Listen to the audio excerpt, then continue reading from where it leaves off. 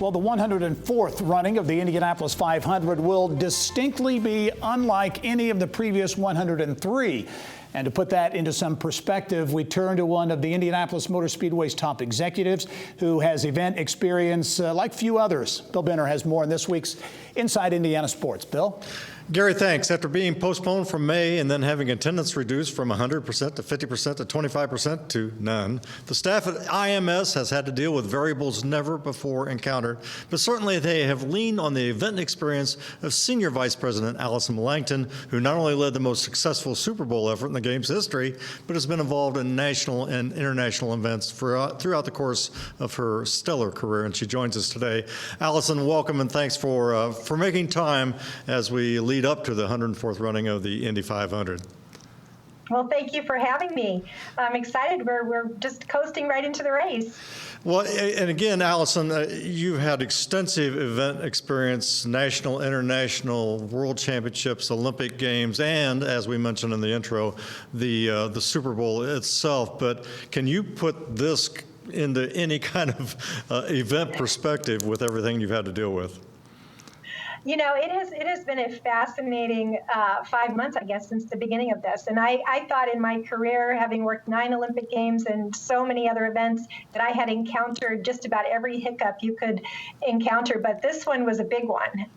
And, you know, from day one, it was a moving target. And that was the difference from so many the other event challenges I have worked on in my past. The ball kept moving and moving and moving and moving. And so, you know, just trying to stay enough ahead of it and control the things we could control in an event plan was a real professional growth experience for me. And, you know, I guess I'm never too old to learn new things. But this one was very different from the other experiences that I have had to manage. But you know, we worked through it, and the race is coming. We're excited that we're going to get cars on track. And I know that you've had to, for every new development, you had to come up with different scenarios. If you could, just, I mean, the decision-making process with you, Mark Miles, Roger Penske, had to be just incredibly grueling, but also pretty fascinating. Yeah. You know, that's exactly right. Those two words are perfect, Bill, grueling and fascinating.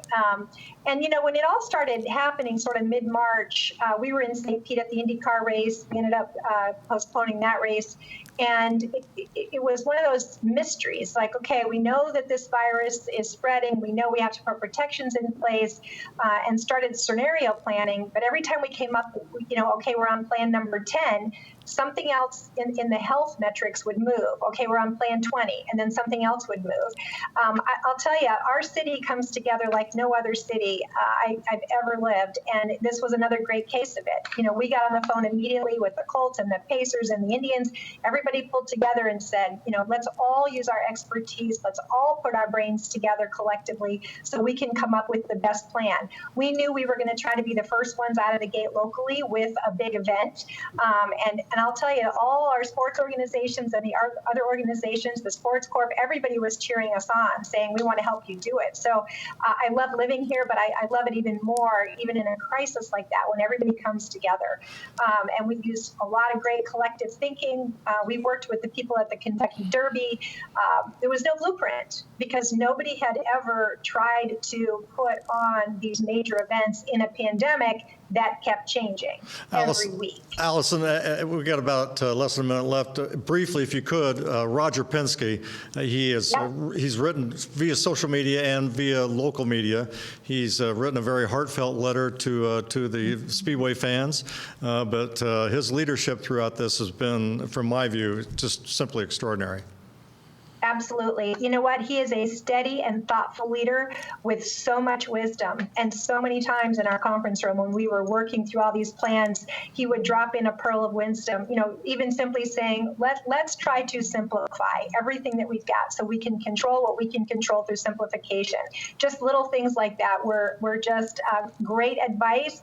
And as we worked through all those things, in the end, they were all the right decisions. I couldn't have more respect and admiration for him.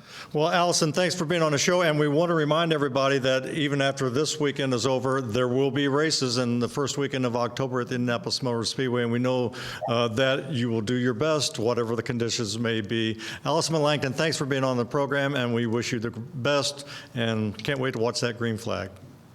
Thank you, Bill. Thanks. Gary, back to you. All right, Bill and Allison, thanks very much. And indeed, we'll be watching this weekend. Thanks.